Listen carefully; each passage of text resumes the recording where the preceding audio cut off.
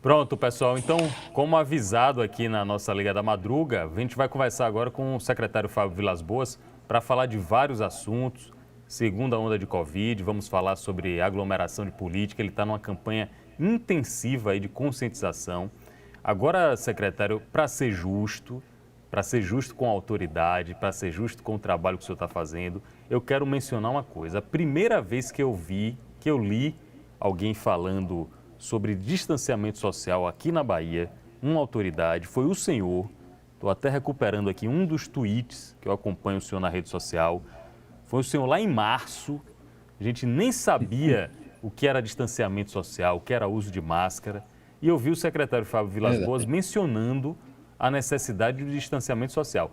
Inclusive, secretário, aí fazendo o meu meia-culpa, eu fiquei pensando assim, mas o secretário parece que não é baiano, né? Como é que um baiano está propondo a gente ficar separado?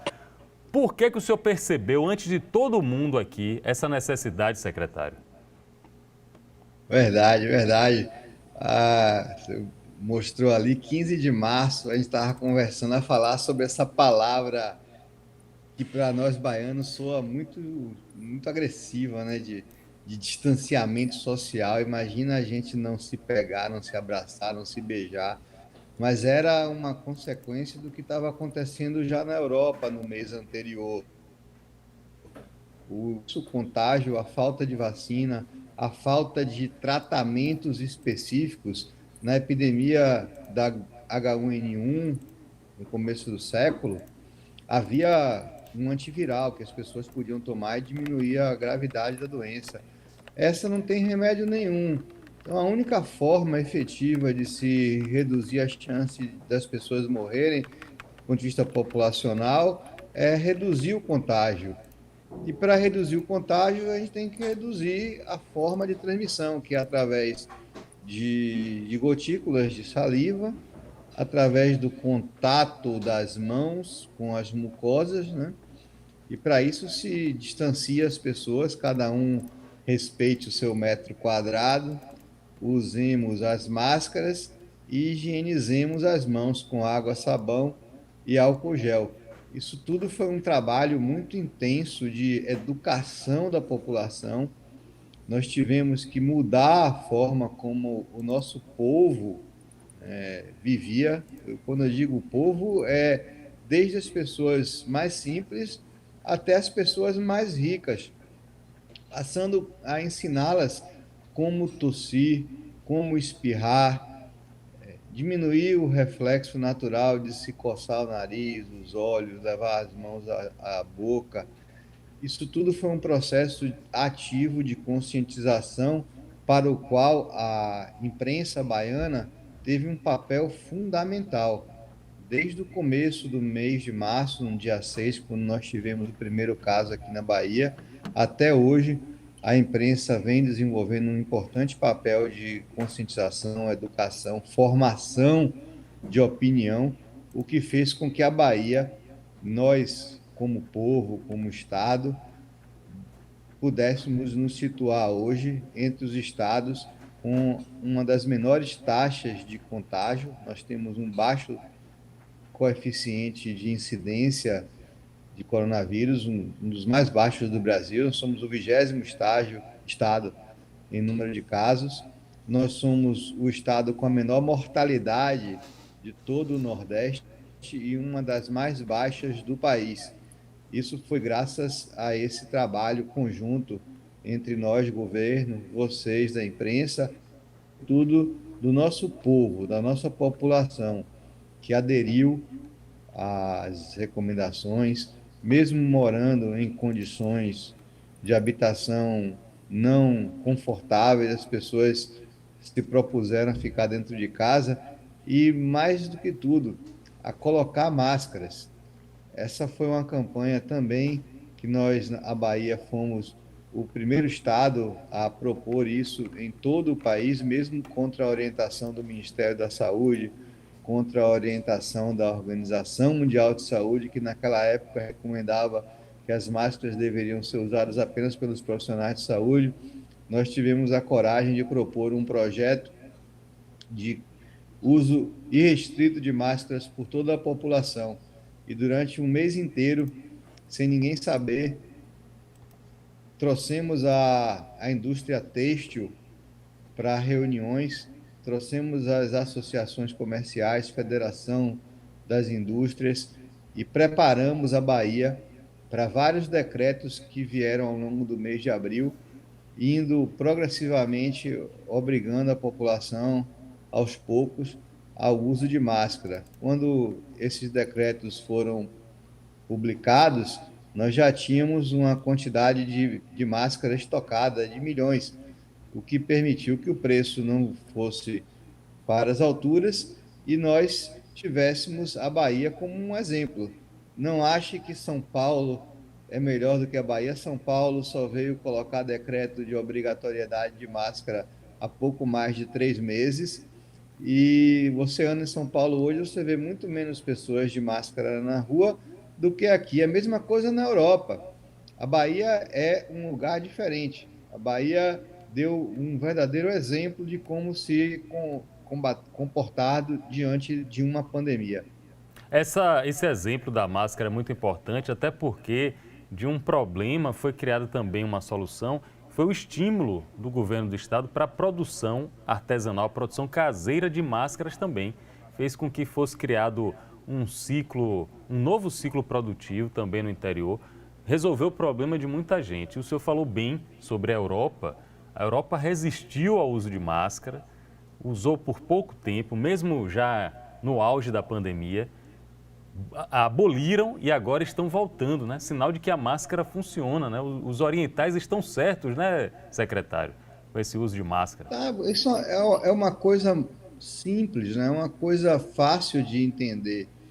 Se é um vírus que é transmitido por gotículas mais pesadas, ele não é transmitido pelo que se chama de aerosol, né? Que é aquela nuvem de poeira que fica suspensa no ar durante muito tempo. O percentual do vírus que é transmitido por aerosol é muito pequeno. Então, se tiver uma sala com ar-condicionado, uma pessoa tossir ou falar alto, uma parte desses vírus vai ficar suspensa e depois vai cair. Se você abrir a janela e abrir a porta e fizer circular o ar, houver uma troca do ar, o tempo que a pessoa vai ficar em contato com o vírus é menor. E o contágio, ele é fruto da interação desses dois fatores, dessas duas variáveis. Quantidade de inóculo, né? Quantidade de vírus que a pessoa entrou em contato e o tempo de exposição. Se você tiver contato com uma pessoa que está infectada rápida durante 1 minuto, a chance de você ser contaminado é muito menor do que se você ficar com ela durante uma reunião de 2 horas trancado numa sala pequena. Perfeitamente. Eu estou conversando com o secretário Fábio Vilas Boas, secretário estadual da Saúde. Ele está mencionando aqui medidas preventivas contra a Covid. Eu tenho curiosidade, já que o senhor está sempre em contato com a comunidade científica internacional, sobre esse fenômeno chamado segunda onda. As notícias que a gente tem, secretário, o senhor sabe muito bem, que a quantidade máxima diária de casos na Europa chegou até 3 vezes mais do que no pico da primeira fase da pandemia, que foi em março e abril. É sinal de que aqui também podemos ter esse tipo de realidade nos próximos dias, semanas ou meses? Sim e não. Sim, é verdade que na Europa está havendo uma segunda onda, definida por um aumento expressivo do número de casos, mas isso é devido a dois fatores. O primeiro, os europeus fizeram um lockdown muito rigoroso. As pessoas não podiam sair às ruas, havia polícia, exército impedindo que elas andassem nas ruas. Então as pessoas ficaram literalmente confinadas, presas em casa durante meses. E depois fizeram uma flexibilização sem nenhum controle. Simplesmente decretaram que podia todo mundo sair e quem estava lá preso saiu. E aí veio a segunda onda. O segundo fator responsável pelo aumento de contágio é que o vírus sofreu uma mutação. Esse coronavírus que está afetando a Europa hoje, ele, ele é mais infeccioso, ele não é mais letal, mas ele é mais infeccioso. Ele tem uma chance de contagiar maior. Imagine um carrapicho desses que a gente vai andar no mato com a calça e o cadarço do sapato e volta cheio de carrapicho. O coronavírus tem um monte de ganchinho, de espículazinha que ele se gruda nas células. Esse novo coronavírus que está circulando agora, nessa segunda onda, ele tem muito mais ganchinhos, muito mais espículas para poder se grudar e conseguir infectar as pessoas. Então, é verdade que é mais contagioso, mas não está matando tanto quanto matou na primeira onda. Aqui na Bahia, nós dificilmente veremos uma segunda onda, porque ela está embutida, embebida, escondida embaixo de uma maré alta. Nós reduzimos o nível do número de casos, só que nós paramos num número muito alto. Então, está havendo um aumento do número de casos que está sendo neutralizado pelo número de casos de pessoas que estão se curando. Então, o resultado disso é um platô, é uma ausência de crescimento. E por isso que dificilmente nós veremos uma segunda onda. O que nós veremos, o que nós estamos vendo, é uma dificuldade de se reduzir o número de pessoas internadas. Elas se mantêm aí próximas a 500 nas diferentes UTIs de todo o estado da Bahia. O número de pessoas sendo atendidas todos os dias também se mantém. E começamos a ter a pressão das consequências da flexibilização naquilo que pressiona os hospitais rotineiramente, que são acidentes, né, de carro, de moto. Nós estamos agora vivendo uma situação em que nós temos que manter o atendimento das doenças infecciosas, dos vírus, e voltando a ter o padrão de pressão das urgências e emergências com os diversos acidentes que têm acontecido por aí afora. Eu quero conversar com o secretário. A gente tem tema para debater: educação, eleições. A gente quer debater também sobre hospitais de campanha, sobre ocupação de UTIs. E enquanto eu vou falando com o secretário, eu vou mostrando para mim, secretário, o senhor presta um serviço de utilidade pública quando nas próprias redes sociais do senhor, no Instagram, no Twitter, que eu percebo que o senhor usa muito, o senhor aproveita para informar a população boas práticas, como o uso de máscara, por que a máscara é necessária, de que maneira cada modelo, cada tipo de máscara nos protege mais ou menos. Então, também vale a pena acompanhar nas redes sociais, Fábio_Vboas no Instagram e Fábio Vboas no Twitter, para ter acesso em primeira mão às notícias, às informações que o secretário passa. Quando o senhor menciona o platô, eu entendo como um ponto de equilíbrio entre a capacidade de atendimento e também entre o número de infectados. Isso explica, por exemplo, a possibilidade que o governo e as prefeituras, no caso a Prefeitura de Salvador, estão tendo em desativar leitos de UTI, em desativar hospitais de campanha. É por isso que vocês estão liberando esses espaços ou essas UTIs para outros atendimentos, não apenas atendimento exclusivo à Covid? Nós definimos como critério para poder flexibilizar a criação de um colchão que pudesse vir a absorver uma eventual segunda onda. O que é que isso significa? Nós chegamos a ter aí próximo a 1.000 pacientes internados todos os dias, em torno de 1.300 leitos disponibilizados para o coronavírus. E hoje nós temos menos de 500. Se houver qualquer segunda onda ou aumento do número de casos, como consequência da flexibilização, do retorno à vida normal ou quase normal, se houver isso, se nós precisarmos de leitos de UTI, esses leitos de UTI estão lá, estão disponíveis. Tem leito no Hospital Espanhol, no Hospital Couto Maia, no Hospital do Subúrbio. É só ir para a UPA, precisou de vaga, a gente interna com a maior tranquilidade. Essa disponibilidade nós não tínhamos lá no começo, em março. Nós tivemos que preparar o Estado, fazer investimentos de centenas de milhões de reais para dotar o Estado de mais de 1.300 novos leitos de UTI, fora os leitos de enfermaria e todo o custo de manutenção que isso vem impactando no caixa do Estado. Em nenhum momento, vamos ser justos, o governador colocou qualquer tipo de restrição orçamentária, qualquer teto para fazer o investimento de enfrentamento à Covid. Ele abriu os cofres do Estado e faça o que for possível e necessário.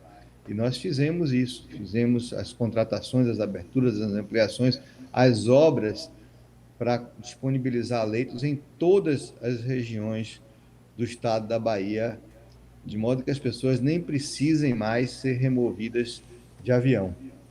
Fora isso, eu percebo também, o senhor pode me confirmar se essa percepção for correta, eu percebo que vocês, profissionais da saúde, estão aprendendo muito e muito rápido como lidar com os sintomas, como lidar com o tratamento de maneiras menos invasivas, liberando mais rapidamente UTIs, leitos de enfermaria. Tem sido um processo de tentativa e erro baseado todo no processo científico que vocês estão vencendo. Eu entendo vocês vencendo esse vírus tão letal, não é isso, secretário? Perfeito. A humanidade aprendeu a lidar com esse vírus. Primeiro aprendeu que nada do que se achava que funcionava, funcionava, estando aí incluída a cloroquina, hidroxicloroquina, ivermectina, todo esse arsenal aí de medicações politizadas que há ainda quem use e preconize a despeito da enxurrada de dados científicos e reconhecimento que não funcionam emitidos por organizações científicas internacionais. Aprendeu-se que não há o que tratar, não há como tratar, e há alguns medicamentos que funcionam em casos graves em pacientes internados, como corticoide, como anticoagulante. Aprendeu-se a evitar a intubação precoce, a ventilação mecânica, com todas as suas consequências de instabilização hemodinâmica, de infecções bacterianas hospitalares secundárias à ventilação mecânica. Aprendeu-se a virar a pessoa de barriga para baixo, deixar ela respirando de barriga para baixo. Isso tinha um efeito melhor do que intubar e colocar em ventilação mecânica. Enfim, uma série de medidas que nós médicos aprendemos a tratar e hoje as taxas de mortalidade de pacientes internados em UTI, que já chegaram próximas a 70%, 80%, hoje gira aí em torno de 30%, no máximo 40%, dependendo da gravidade do paciente. Muito legal saber essa diminuição. Lógico que a gente queria que a taxa fosse de 0%, mas a diminuição, a evolução do tratamento já é otimista, já é animadora. Queria conversar com o senhor sobre um tema muito sensível para a sociedade. Acaba de sair uma pesquisa encomendada pela TV Bahia, junto ao IBOP, que demonstra que 68% da população soteropolitana não quer de jeito nenhum volta às aulas. Somada aí mais 11% que discordam parcialmente da volta às aulas. Acabei de mostrar uma reportagem falando que Belém retrocedeu. A capital, Belém, a capital do Pará, retrocedeu no processo de aulas presenciais, ou seja, desistiu, estava lá tendo aula, agora voltaram atrás. De que maneira isso influencia aqui no nosso estado da Bahia? Houve a permissão do governador para aulas de universidade, para atividades universitárias, mas de que maneira isso influencia na decisão de vocês, na decisão conjunta, secretário de Saúde, secretário de Educação, governador. Tem previsão ainda nesse ano de 2020 termos aulas, secretário? Esse foi um tema muito debatido e discutido com a área técnica da secretaria, com a equipe da Secretaria de Educação, e a decisão muito ponderada foi de retomar as aulas pelas escolas de ensino superior, pelas faculdades. Nós entendemos que essa é uma população de adultos jovens, com baixa probabilidade de virem a contrair o vírus e necessitar de internação em UTI. As escolas, as salas de aula foram preparadas para receber esses alunos, recomendou-se a abertura das janelas, evitar ar-condicionado, colocação de pias, álcool gel, tudo isso todo mundo já sabe. E nós vamos ver como é que isso vai acontecer ao longo dos próximos 15 dias.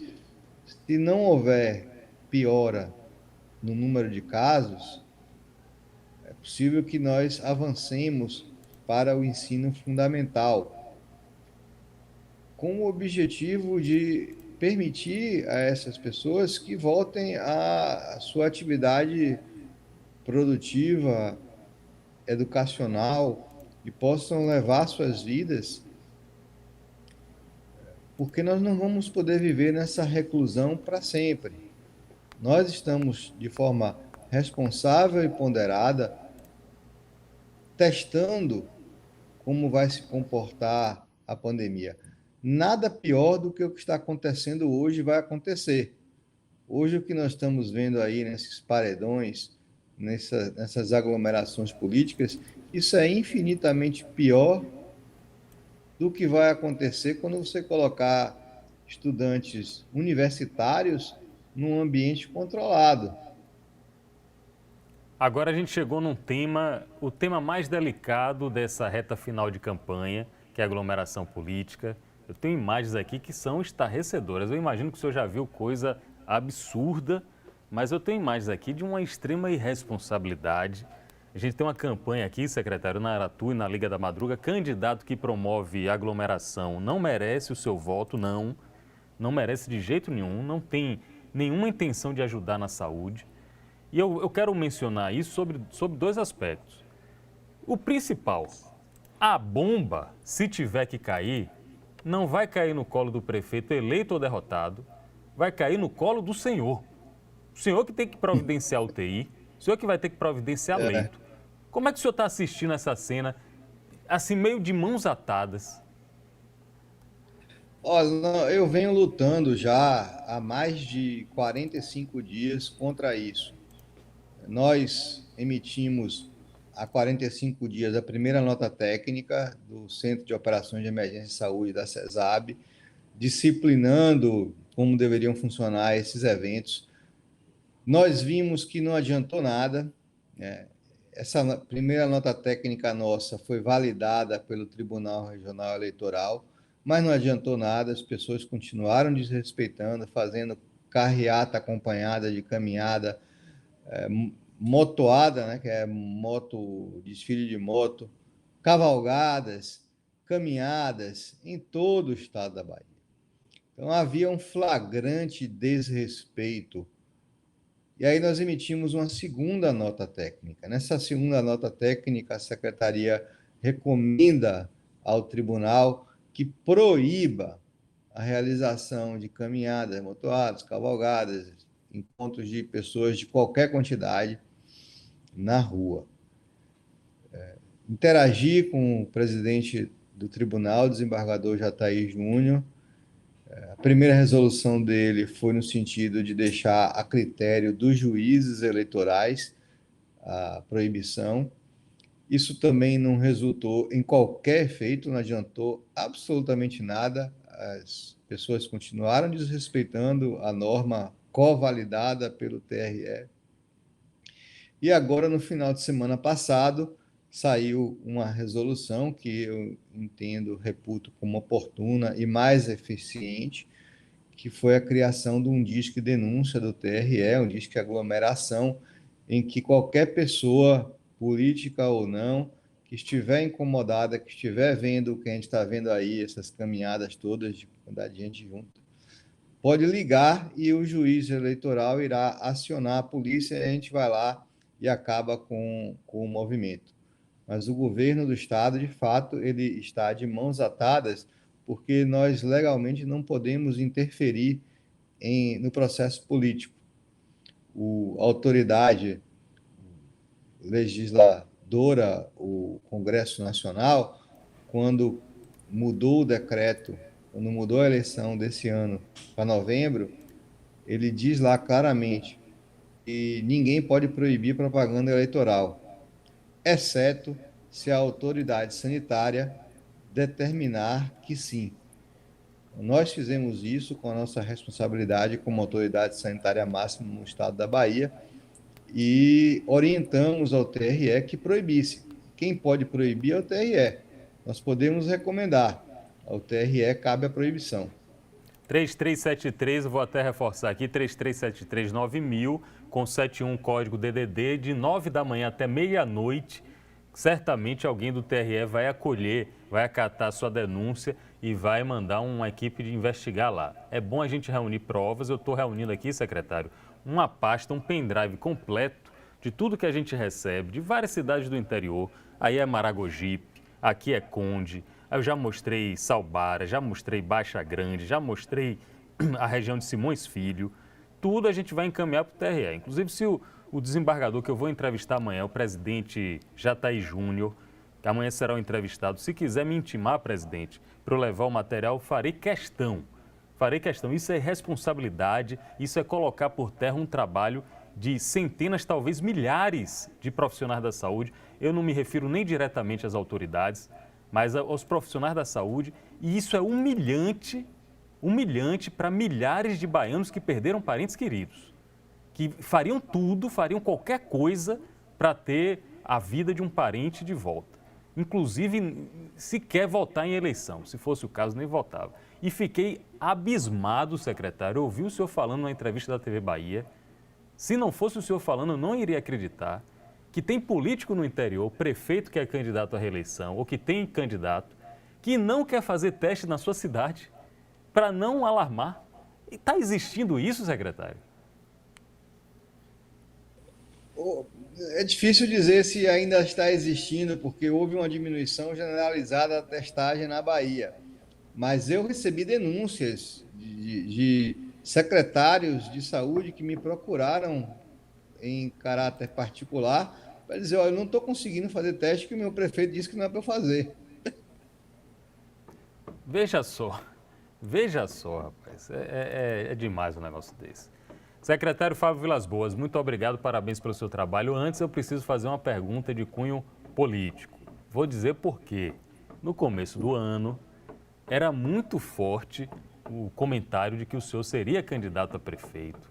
O senhor já estava pontuando em pesquisas eleitorais para ser prefeito de Salvador, para ser candidato a prefeito de Salvador. No entanto, parece que a Covid mudou os rumos de alguns pré-candidatos. Foi o caso do senhor? O senhor deixou de ser candidato por causa da Covid ou foi algum outro motivo? Bom, eu nunca fui pré-candidato declarado. Em um determinado momento eu cheguei a comentar lá atrás, antes da pandemia, é que eu não tinha naquele momento nenhuma pré-definição contrária a qualquer rumo que minha vida viesse a tomar. Eu não me recusaria a participar de um processo político se o grupo ao qual e no qual eu estou inserido optasse pelo meu nome. Mas veio a pandemia e ficou muito claro que eu poderia servir melhor ao povo e ao governo permanecendo onde eu estou até hoje. E assim estamos aqui enfrentando esse momento único da humanidade. Graças a Deus, graças a toda essa união que nós tivemos aqui no estado, nós conseguimos vencer esse ano. Ficaram alguns para trás. A gente lamenta todas as mortes, quantas pessoas tiveram suas vidas ceifadas precocemente, pessoas produtivas, intelectualmente ativas, quantos avós, quantos pais tiveram a sua vida interrompida, a sua trajetória interrompida por um vírus que, se não existisse, elas estariam aí trabalhando normal, vivendo mais 20, 30 anos com saúde. A gente lamenta isso, mas agradece à população, a todos que vêm contribuindo até o momento para nós nos posicionarmos como um dos estados com melhores índices de enfrentamento para o Covid-19. É o que todos desejamos. Politicamente, eu tenho a impressão que essa resposta do senhor pode ser que em 2020 não, mas talvez em 2022 surja alguma coisa aí na carreira política de Fábio Vilas Boas. O que eu sei, a informação que eu tenho é que confiança do governador e admiração mútua existe. Então, não sei, 2022 está perto, viu, secretário? Vamos ver aí para onde o vento vai soprar. Tá bom, obrigado, secretário Fábio Vilas Boas. Conversei com o secretário aqui, boa sorte para o senhor. Se o senhor tiver um bom trabalho, se o senhor tiver realizações, com certeza as nossas vidas, de quem a gente ama, está todo mundo agradecendo. Parabéns e obrigado novamente. Obrigado, Pablo. Forte abraço para você. Um abraço, conversei com o secretário Fábio Vilas Boas, está aqui o Instagram dele, tem muita notícia aqui que ele compartilha, muita informação útil, necessária, que ele passa para a gente no Instagram, Fábio_Vboas, Fábio_Vboas, e aí na minha rede social favorita, vocês já sabem, Fábio Vboas, que é o Twitter, ele conversa aqui com todo mundo. Às vezes até querem envolver o secretário em alguma treta. Tem gente que coloca umas... Ele está dando risada porque ele sabe que é verdade. Teve até uma situação lá com o ex-ministro Mandetta, não foi, secretário? Já está superado aquilo com o ex-ministro Mandetta? A questão do ex-ministro é que ele ficou lá durante 1 ano e 4 meses. Durante 1 ano e 2 meses, ele vinha trabalhando numa direção que todos nós considerávamos equivocada. Ele vinha trabalhando numa direção de fortalecimento da assistência médica, da saúde suplementar, né, que se chama, dos planos de saúde. Ele vinha trabalhando num modelo de financiamento da atenção básica que era contrário aos interesses dos secretários de saúde de todo o país. E, mais do que isso, para nós baianos, foi um desastre. Nós, Bahia, não conseguimos nada durante o período de gestão dele à frente do Ministério da Saúde. Ele foi um deputado que votou pelo teto de gastos, pela PEC 95, que fez com que o SUS passasse a sofrer um processo progressivo de desfinanciamento. Cada ano que passa, a gente vai receber menos dinheiro. Esse ano a gente já recebeu menos do que no ano passado. Então ele teve ele foi salvo pela pandemia. A pandemia teve o poder de, em 2 meses, com a atitude dele de enfrentar e desafiar as recomendações absurdas do presidente da República, ele teve a sua imagem polida e vai ficar para a história como um bom ministro. Mas, na verdade, ele foi um ministro muito ruim. Entendi. Aproveitando a presença do senhor, aí eu quero tirar uma dúvida como cidadão. Aquele encomenda do presidente de um estudo técnico para saber se era possível uma parceria público-privada em algumas unidades de saúde, aquilo se configuraria como privatização ou era uma ampliação do que já acontece, por exemplo, na relação com as obras sociais de Irmã Dulce, que atende muito e muito bem. Eu estou conversando com o secretário Fábio Vilas Boas, acho que caiu a conexão aqui com ele. Pronto, caiu a conexão. De qualquer forma, obrigado, deve ter caído aqui. Obrigado, viu, secretário Fábio Vilas Boas, obrigado. Pablo Barbosa, meu xará, assessor aí. Ele caiu. Aqui, pronto, já voltou, já voltamos. Voltamos. Consegue me ouvir? Já voltamos aqui. Consegue me ouvir? É bom que a gente esclarece logo isso. Esse estudo técnico se configuraria como privatização do SUS ou era apenas uma possibilidade, como o presidente alegou, de a parceria público-privada atender mais e melhor, e principalmente nessas unidades de saúde que não estão em funcionamento? Bom, essa é uma excelente pergunta. Aquilo ali, lamentavelmente, poderia ter sido uma ideia a ser considerada, mas ela foi colocada de uma forma extremamente inábil. As- Todas as pessoas, inclusive o próprio ministério, o ministro não sabia. Aquilo veio do gabinete do Ministério da Fazenda, veio de cima para baixo, sem ninguém discutir, sem entender-se o que estava sendo feito. E o SUS, no Brasil, desde 88, quando ele foi criado, qualquer resolução tem que ser tomada entre as três partes que cuidam do SUS, que é o município, o estado e a União. Então, as resoluções são tomadas todos os meses, na última quinta-feira do mês, em Brasília, numa reunião chamada Comissão Intergestores Tripartite, CIT, em que senta o Ministério, nós, secretários estaduais, secretários municipais, e se emite uma resolução da CIT. É assim que se constrói o SUS, é assim que se faz uma coisa chamada pactuação. Nesse caso, simplesmente veio um petardo de cima para baixo, ninguém sabia do que se tratava e a reação foi natural, foi correta de se recusar isso porque não foi combinado. Né? Agora, o próprio presidente disse: estou retirando para que, se for o caso, depois voltar a submeter da forma correta. Então, isso que se está propondo, entendendo e lendo hoje o que é que o governo queria, é buscar parceiros que possam investir na estruturação dentro de modelos de PPP. Só que isso precisa ser combinado, né? E não feito da forma como foi feito. Estou conversando aqui com o secretário, falhou o microfone. Importante saber que com o diálogo é possível que toda a sociedade entenda melhor a proposta.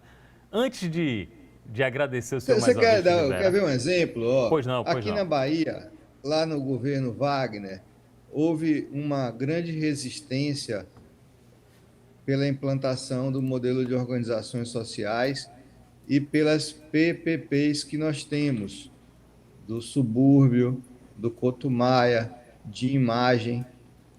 Hoje, nós já vencemos isso. Hoje, a gente consegue avançar com as publicizações de gestão, com os contratos de PPP, porque todos entendem que tem sido um modelo vitorioso no nosso estado. Mas, como tudo que é novo gera desconfiança, é natural que se procure debater bastante antes de vir a fazer qualquer mudança, né, de rumo. Nós somos um país de dimensões continentais, nós temos o maior sistema público de saúde do mundo. Pode não ser ainda o ideal, nem nunca será, mas é o SUS que é possível. Nós somos o único país do tamanho nosso com um sistema público gratuito, universal. Esse é o E secretário. isso não pode não se pode tomar decisões sem combinar, né? Porque a mudança pode ser desastrosa. Secretário Fábio Vilas Boas, aí só para encerrar mesmo. O senhor foi a primeira pessoa também que eu ouvi falando. Eu estava entrevistando o senhor com o Casimiro Neto, meu amigo, aqui no QVP, e perguntei ao senhor sobre o ministro então interino, Eduardo Pazuello. O senhor falou: é excelente, tem sido o melhor de todos e para a Bahia acima de tudo. É um ministro técnico, foi a palavra que o senhor usou, é um ministro técnico que está agilizando todas as nossas demandas. Deixou de ser interino, agora é efetivo. Continua sendo um ministro bom para a Bahia, o Eduardo Pazuello? Continua o ministro Ricardo Barros também, durante os 2 anos que ele esteve à frente do ministério, curiosamente, é um engenheiro, mas uma pessoa que sentou na cadeira de ministro e, com vontade de querer aprender, em 2 meses ele já estava entendendo como funcionava o ministério. O Pazuello é a mesma coisa. Deram a ele uma missão, ele se cercou de pessoas capacitadas, despolitizou o ministério, que é o que vinha acontecendo na gestão do ministro anterior, despolitizou e as coisas começaram a fluir. Nós hoje temos trânsito junto ao ministério porque as decisões lá são técnicas. Vou lhe dar um exemplo. A Fonte Nova é um hospital de campanha, foi um hospital de campanha. O Ministério da Saúde não habilitou hospitais de campanha para leitos de UTI. Nenhuma UTI que foi montada nessas tendas que você viu aí montada nos gramados foi paga pelo Ministério da Saúde. Pagava uma bobagemzinha, R$ 400 por dia. Uma reunião com o secretário de Atenção à Saúde do Ministério, Coronel Franco Duarte, a gente apresentou a Fonte Nova para eles, mostramos que foi construída dentro da área coberta de concreto, com ar-condicionado, com respirador, com diálise, com tomógrafo, com tudo. Ele ficou encantado, abriu a porta e chamou os assistentes dele e disse: venham ver aqui o que é, como é que se faz um hospital de campanha. Esse aqui eu faço questão de mandar pagar. E pagou. Que legal, que legal. Perfeito. Imagina isso se isso acontecer na gestão do anterior. O outro parece que estava mais interessado em lançar livro e criar palanque, mas essa é outra conversa, eu não vou politizar também não. Secretário Fábio Vilas Boas, muito obrigado.